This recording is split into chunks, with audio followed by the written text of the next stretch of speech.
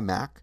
And I'd just like to make a quick note that the last time we taught this live class, we did have a couple little minor glitches with the software that allows us to produce this live. So if that does happen, we'll try to edit them out of the video to the best of our ability.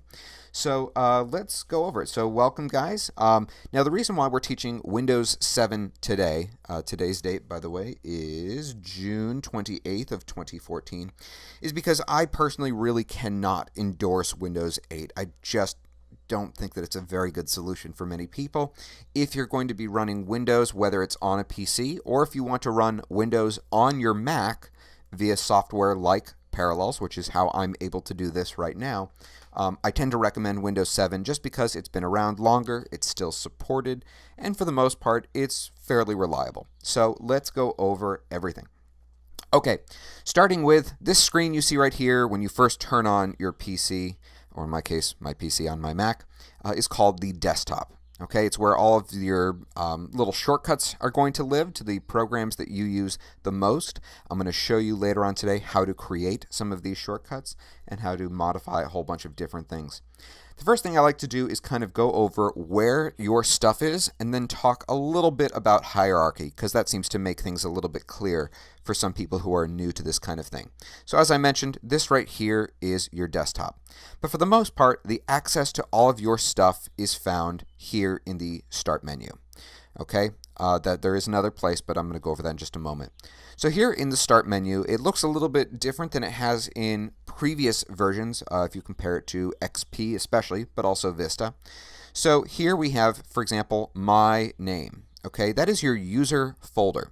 So if your computer is failing and you want to just rescue data, this should be the first folder that you target, because that's where all of your personal stuff is going to be. So in other words, your photos, your music, your movies, etc.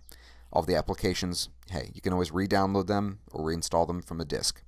So that is where all of your stuff actually lives. Underneath that, you're going to find a whole bunch of common places people go for their data. Of course, documents, formerly known as My Documents, now just simply Documents. All of your pictures are stored in the Pictures folder.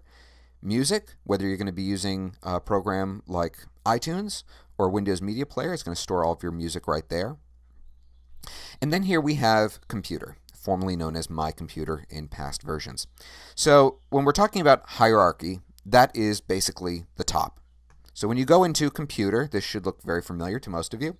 We have within the computer the C drive. Okay, and that's where all the actual data is. Underneath the C drive is where you'll find the users folders. So that one that I showed you just a moment ago that had my name on it, that's where it is.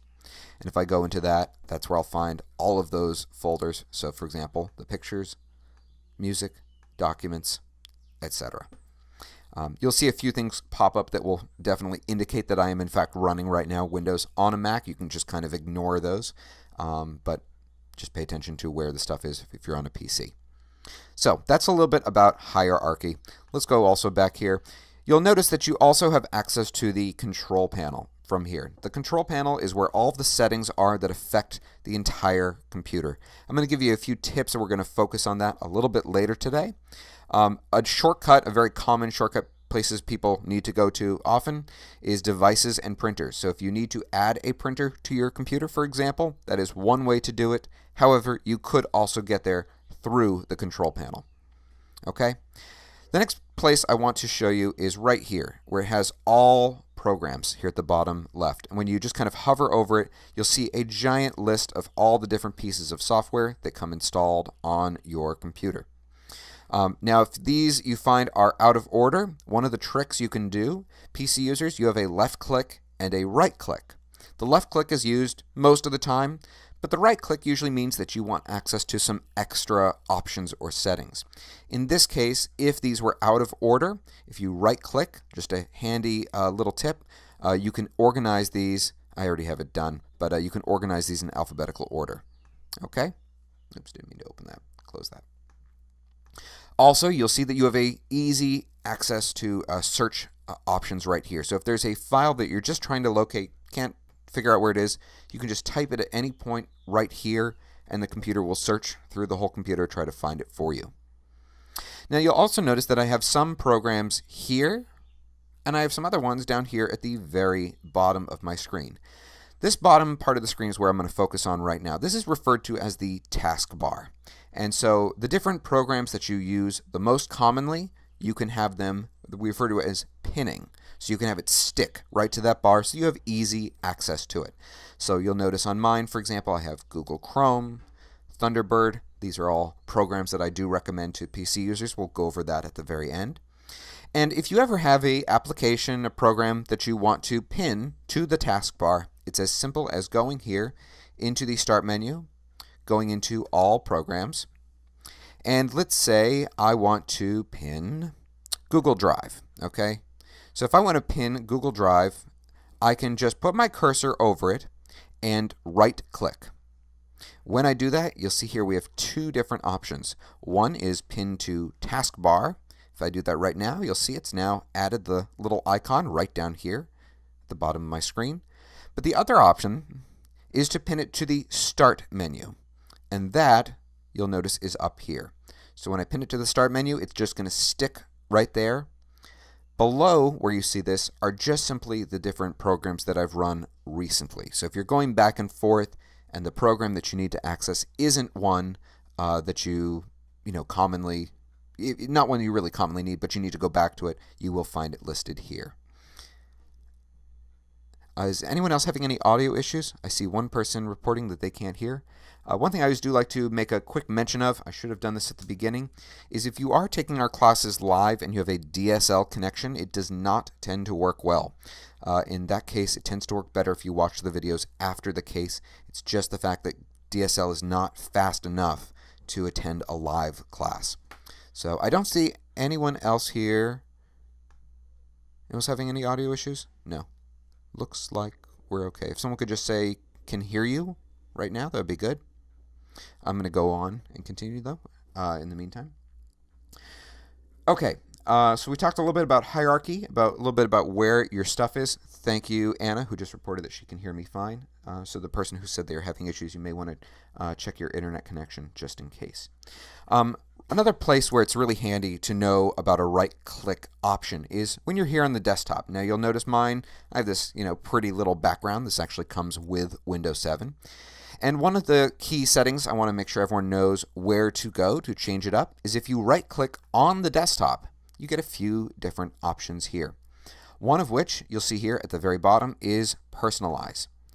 And if you go in, that's going to give you some of the different display options. These are not all of the display options, but the ones that most of you are going to probably care about.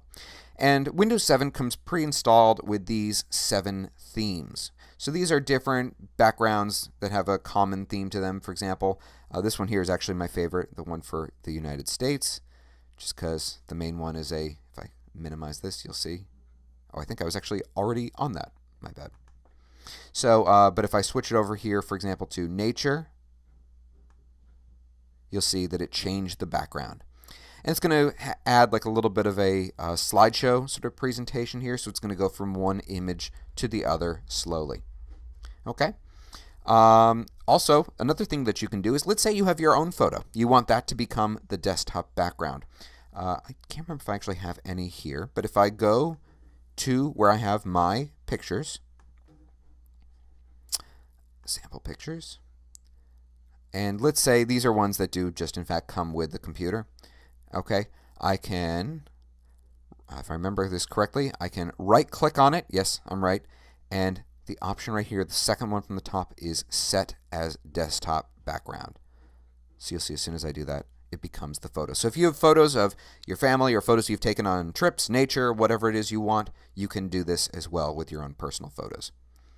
Getting back in here, another thing I like to show people, just because I know kind of the average age of our members tends to be 50 plus or so. Not for everyone, but for a lot of people.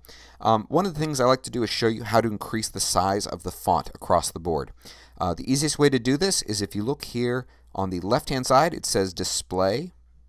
And I have mine currently set to the maximum. It's not going to look huge on your screens only because of how I'm doing this class right now, but this will increase the size of the font across the board.